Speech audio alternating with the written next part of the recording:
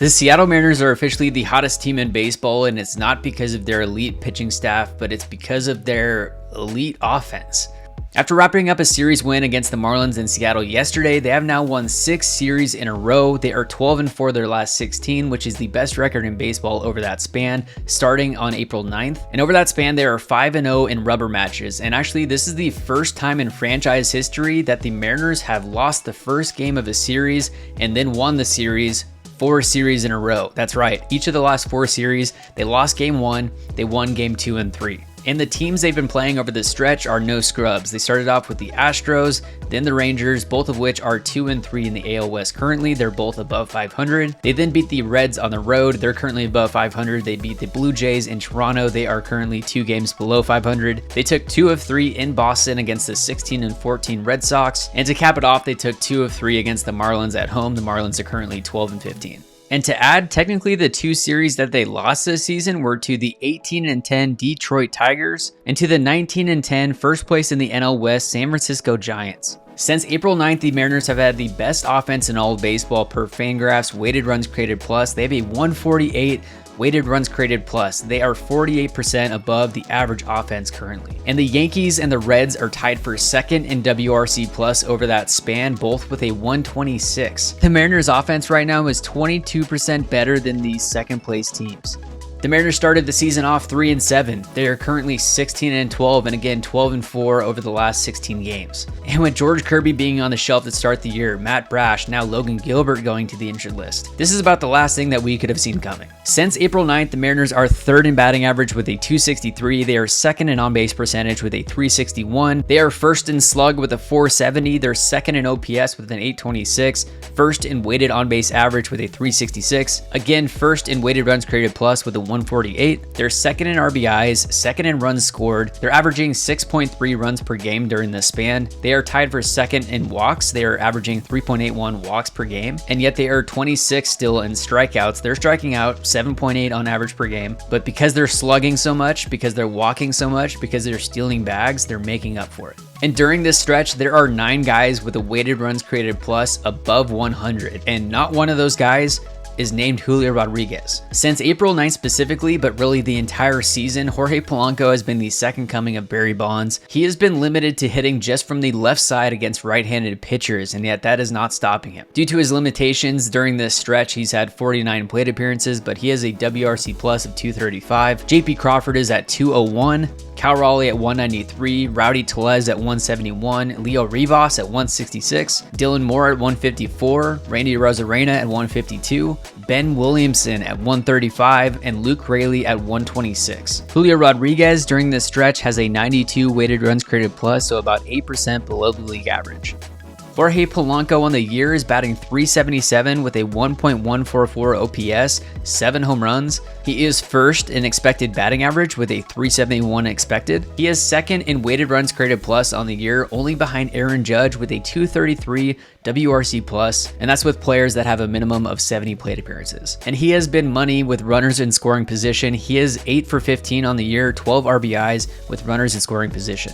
And he's actually ahead of Aaron Judge in slug with a 739. Now I mentioned he's been limited. He's had 69 plate appearances against right-handers as a lefty. He's batting .381 against righties. He has 24 hits to begin the year as a lefty. He has 13 singles and 11 extra base hits. 7 of those are home runs. Jorge Polanco also has the lowest strikeout rate on the team during that span with a 12.2 strikeout rate. And Jorge Polanco was named the AL Player of the Week a week after Dylan Moore had the same recognition. Cal Raleigh is now tied for the MLB lead in home runs with Eugenio Suarez with 10. And by the way, who's counting, but Cal Raleigh is currently on pace for 58 home runs. You also have Randy Arozarena, who is tied for 11th in walks. He's tied for 7th in steals. JP Crawford is tied for 9th in on-base percentage with a .412. And JP Crawford got off to his slow start to begin the year, but since April 9th, he leads the team in hits with 19. He leads the team in batting average with a .373, and he's tapped into a bit of his power. He has 2 doubles and 2 home runs during that span. Now, if we take a step back and look outside of that stretch, look at the season on a whole, the Mariners have actually had 10 guys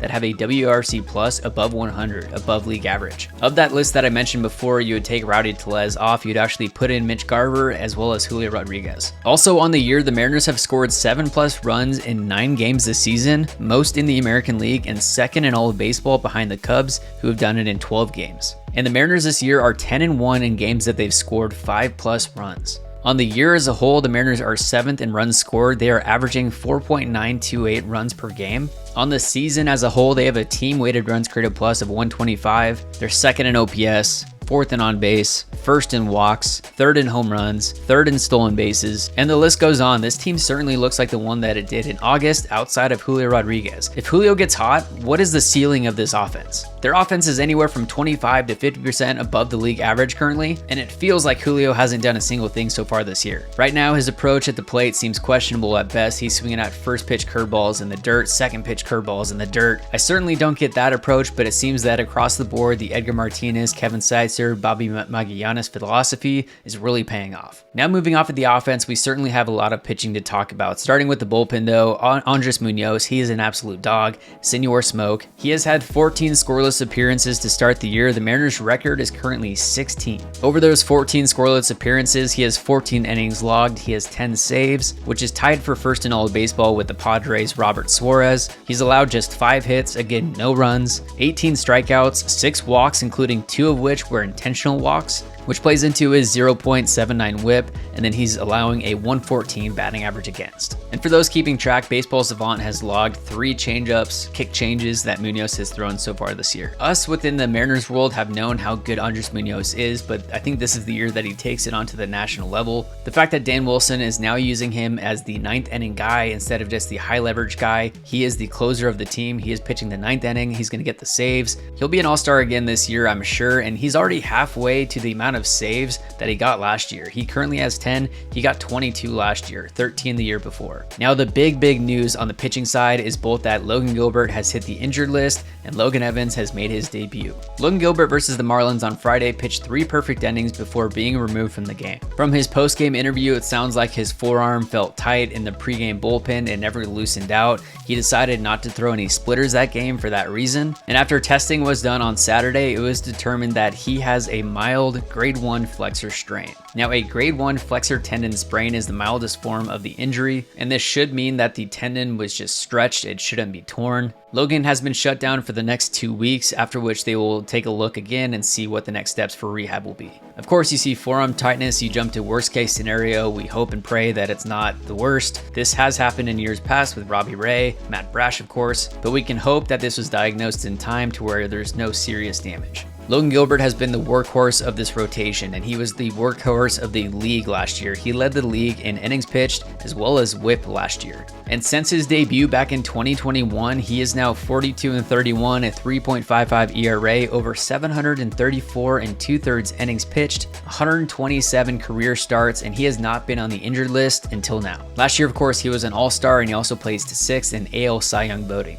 Now that Logan Gilbert has gone down, since George Kirby is also down as well, Emerson Hancock is in the rotation, and now Logan Evans made his MLB debut yesterday. Logan Evans was originally a 12th round draft pick out of Pitt in the 2023 MLB draft. Logan had a quick ascent through the minor system. Last season, after 10 starts in the minor leagues, he had a 5-2 record with a 1.23 ERA, just 7 earned runs over 51 1/3 innings pitched. He had 47 strikeouts and 15 walks to go along with it. The Mariners decided to transition him to the bullpen to try to get him to Seattle sooner than later. After 10 relief appearances, it was decided that they would move him back to the rotation, so he spent the entirety of last season in the minor leagues. He's had a great start to this season in AAA Tacoma. He actually won Pacific Coast League Player of the Week on April 14th with an outing of 6 innings pitched, 7 strikeouts, 1 run, 2 hits, and no walks. And he was ranked as the Mariners' top pitching prospect via Baseball America heading into the season. His profile is very similar to Emerson Hancock. Both of them rely heavily on a sinker, and with the high rate of sinkers being thrown, these guys are going to rely on contact, low walk rates, and really living to the Mariners' mantra of dominate the zone. It's again a testament to the Mariners' ability to scout, draft, and develop within their system. Guys like Emerson Hancock that you can plug in, guys like Logan Evans. Fingers crossed no one else goes down, because once we have these guys in the rotation, things get pretty thin. Now some other injury updates. First off, George Kirby is throwing live batting practice today. He is facing live hitters for the first time since back in early March when he was first shut down. After throwing a few more of these sessions, I imagine the rest of his rehab is going to take somewhere around a month. He's going to need an extended ramping up with minor league outings. So at this point, we can hope to see George Kirby at some point late May, early June, which means that we'll be seeing at least a month of Emerson Hancock and Logan Evans in the rotation. And once George Kirby is back, we'll see which guy they end up sending back down. Some other updates, it sounds like Matt Brash is on the home stretch of his rehab, meaning that we will see him at some point in May. Jackson Kowar just began a 30-day rehab in Tacoma, so we should see him at some point late May, early June as well. It sounds like Gregory Santos has gotten surgery on his knee. Justin Hollander stated that he will be back this year, but it might not be until later. Sounds like there's some positive news with Victor Robles and his shoulder. The updated x-rays show that he shouldn't need surgery, that things are settling in place. But again, best case, he'll be out until late this year. Ryan Bliss is still going to be out for the entirety of the season rehabbing. Sounds like Taylor Dollard, another guy that could be an option later in the year out of the rotation, is moving out of the bullpen phase and that his velocity is coming back, so that's very promising to see. And then we haven't heard anything on Teddy McGraw in quite some time, but he has been cleared to resume his throwing progression. So what's coming this next week for the Mariners? Well, they have a 2-game home series against the Angels starting tomorrow, after which they will have an off day on Thursday. They'll then be heading to the Texas Rangers for a 3-game series at the Athletics, and then they'll be back the following weekend for a home series against Toronto. Let me know your thoughts in the comments below on this Mariners team, who your favorite player is, if this is sustainable or not. And for all things Seattle Mariners throughout the season, make sure to like and subscribe to the Couch GM, follow me across social medias, and we'll see you in the next one.